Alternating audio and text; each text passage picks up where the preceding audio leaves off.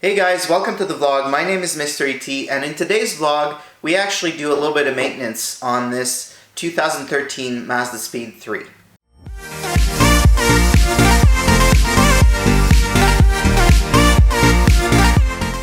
So in our last vlog we had completed installing the engine, test driving, and doing a quick review of this fantastic car, and everything was really running great. The only issue I've had up to this point was really that I had a check engine light come on. I've since fixed that. It was just repositioning the crank position sensor in a slightly different slot, and the car has been running fine throughout that. And now what we're trying to do is, I actually got the car inspected after doing the engine, and the only thing that they found was that they thought both front wheel bearings needed to be changed. After further inspection, I found that the axle nuts on these things are really difficult to tighten, and I probably hadn't tightened them quite as much as they should have been. The car was driving fine, they hadn't loosened up or anything like that. It was actually quite difficult to remove the axle nuts, but I ended up removing them and then basically torquing them on a little bit harder, and on the passenger side I do not have any more looseness on the wheel, and the bearing wasn't making any sound or anything like that, so I knew it was fine. On the driver's side I tried to do the same thing, and I encountered an issue. As you can see, the threads look to be slightly damaged on this piece, so the threads in there are pretty screwed up. So the axle nut had started to strip, and the axle threads had also started to strip. So I ended up buying a kit, and the kit looks like this. So I was basically trying to rethread the axle, and tried doing that. It's actually a 1.50, and I don't know if you guys can see this on the camera here. Hopefully this will focus, but I've ended up completely stripping the inside of this tool. I think the metal on the axle is just quite a bit stronger than that tool is. So didn't really give a fantastic review on this tool here, and ended up having to order a new axle for the driver's side just to fix the issue correctly. So I'm still waiting on that right now, but what we're gonna start doing in this vlog is actually removing the axle once again, and we're gonna do this a little bit more thorough than during the engine swap to show you guys really how to do that on your car.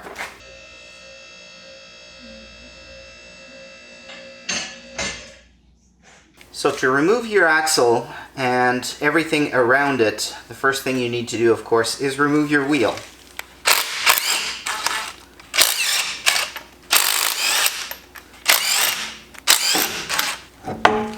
First step to this is removing your axle nut. Now, as you can see, mine has threads that are fairly stripped, so I've already removed my axle nut. So the next step is going to be removing this outer tie rod. So there's a little clip that you need to pull out, and then you could basically remove this nut, and if you hit this piece here, this will actually pop loose.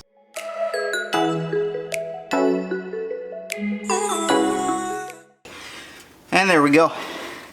So now that this is loose, we can just remove this and pop this out of the way. We'll put the nut back on there so we don't lose anything. We'll put the clip aside. And now that this is loose, the next step is removing the 14 mil that's underneath. Here is the nut that needs to be removed next. And then once that is removed, the arm that's at the bottom here will need to be tapped from the top so it actually pulls out and we're able to remove the axle. So once you've got the nut removed at the bottom here, what I like to do after that is just grab a punch like this, basically put it inside there, and actually drive this out.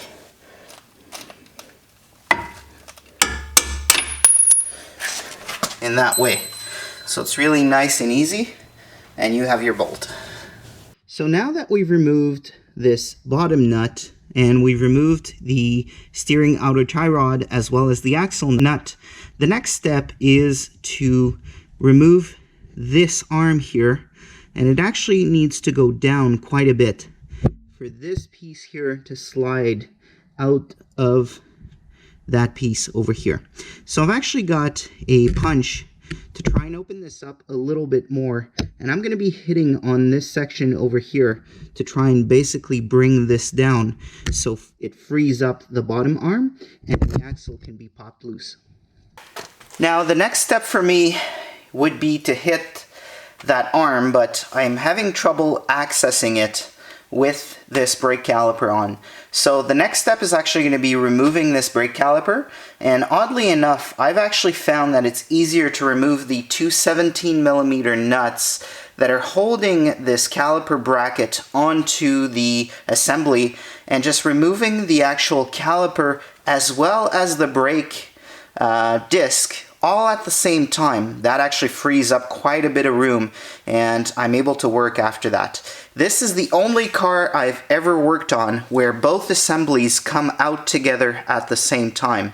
Normally I would just remove the two nuts on the back and just pull this off, but in this case here it feels like it's a bit stuck, and I don't think it's because of the lip or anything like that that's on the actual brake disc. So a bit of a weird thing on a Mazdaspeed3 for me. Now let me show you guys what I was just talking about. So I've removed the two 17 mils that hold the bracket and the caliper onto the assembly. Now I'm actually going to remove this whole thing as one. Just like this. And then I'm going to set those aside here. So guys, here's what that looks like once it's removed. So as you can see, you've got the two holes there for the brake caliper bracket. I've actually held the disc and caliper at the top there on the suspension. So this thing here still has a bit of play and it's not pulling anywhere. And as you can see, we've got the punch that's in there, and that's actually been removed. So I've also removed the little shield here that has a tendency to get bent when you're playing around with these things. And as you can see, I have also disconnected the ABS sensor so it doesn't get damaged or anything like that by this caliper. So the next step for us is actually just to tap the axle so it actually pulls out of this assembly, and then we'll be able to remove it from the transmission side. So guys, here we go. The axle is now out of its housing, and you can see how stripped the threads are on there and why I'm changing this out. I tried finding just this piece over here, but was having difficulty finding that, so I decided to just go with the new axle. So all that's left is to basically tap this out from the other end with a pry bar, and then that pops out. I'm actually going to stop here right now and wait until I actually receive the new assembly, so that way I can just pop this out, pop the other one back in, not lose too much transmission fluid. I will need to add a little bit, unfortunately, after I've done this, and then I will be able to do the reverse steps to reinstall everything. So this is going to stay like this for a little bit until I receive the other axle. 2,000 years later. Guys, after weeks and weeks of waiting, actually 4 weeks, I actually ordered this axle on partsavatar.ca. And normally I'd like to recommend websites where I buy stuff and everything, but I don't think I'm going to be recommending them because they told me that this axle was going to come in between 7 to 10 days after me ordering it, and it is now a full month later. So this car has stayed in the garage in the air in its state where I can't drive it, I can't move it, I can't do anything else, and it's in the way for the last month. So now we can finally install this on the car. So the next step for us is going to be removing the axle that is still connected to the transmission, so popping that off, and then quickly installing this one in its place so we don't lose a lot of transmission fluid. So let's look at that. So before actually throwing this back on there, I thought I'd show you both axles. So they're the same length, they have the same sort of design, and I can see that the new axle is actually thicker on this part here than this one is, which is odd. So I'm wondering if this axle here was actually for a Mazdaspeed3 or perhaps just for a Mazda 3. So perhaps it's a good thing that we're changing it out. So guys, hopefully you can see this at all the way back there. The next part for us is to basically remove the axle from the transmission. So I'm going to try and go underneath here and show you guys where the pry bar is. So basically, you want to get a pry bar in there and just lightly tap on there, and it will normally just snap out. And once it does that, there's going to be a little bit of transmission fluid leaking out, which is why I've got this bucket underneath here. So I'm not actually going to do this on camera because it's a bit difficult to look at, and I'm just going to show you once it's removed what that looks like. Well guys, fantastic news. This took about a minute. And what was easiest for me to do is actually just sitting where I'm sitting right now, grabbing my pry bar from underneath over here, and then just putting my foot at the bottom of the pry bar and pushing towards the passenger side. And the axle just popped out. And we do not have any transmission fluid coming out, so we will not need to fill it back up. So guys, as you can see, the axle is now reinstalled. So when you're throwing the axle back into the transmission, make sure to do it nice and slow so you're not nicking the seal that is around that housing, and you want to inspect it also to make sure that it's in good working order.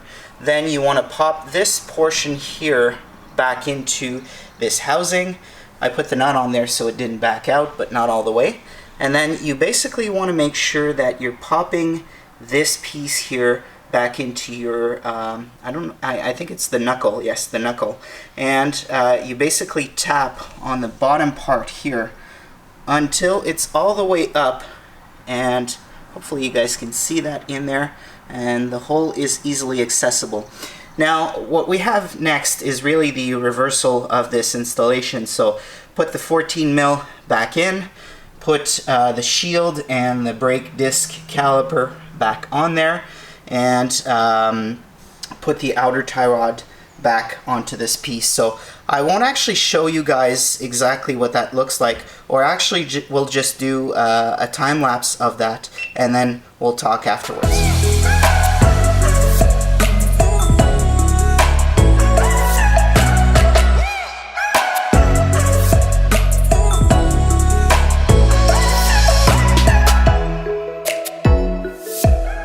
So guys, we're just about there. So the caliper and the bolts at the back here are back on. This line is back in there. The sensor is reconnected. The outer tie rod has been bolted in and the pin is in place.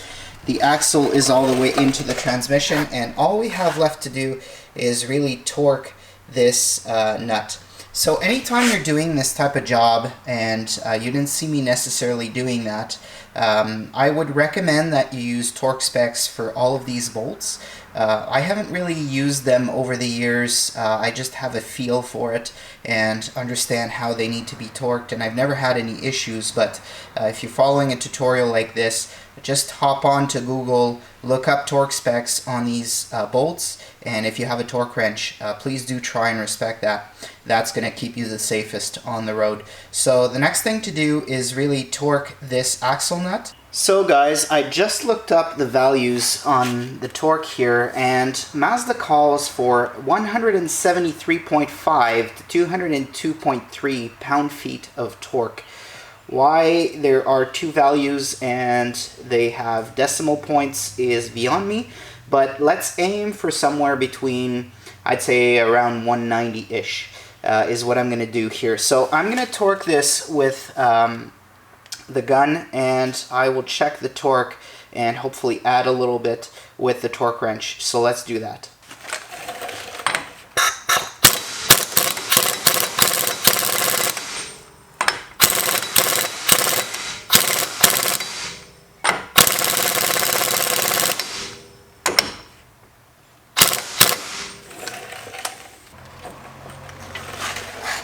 So as you can see, this is on there nice and snug. So I will transfer this over to the torque wrench, get somebody inside the car to hold the brake pressure and check to see what that looks like.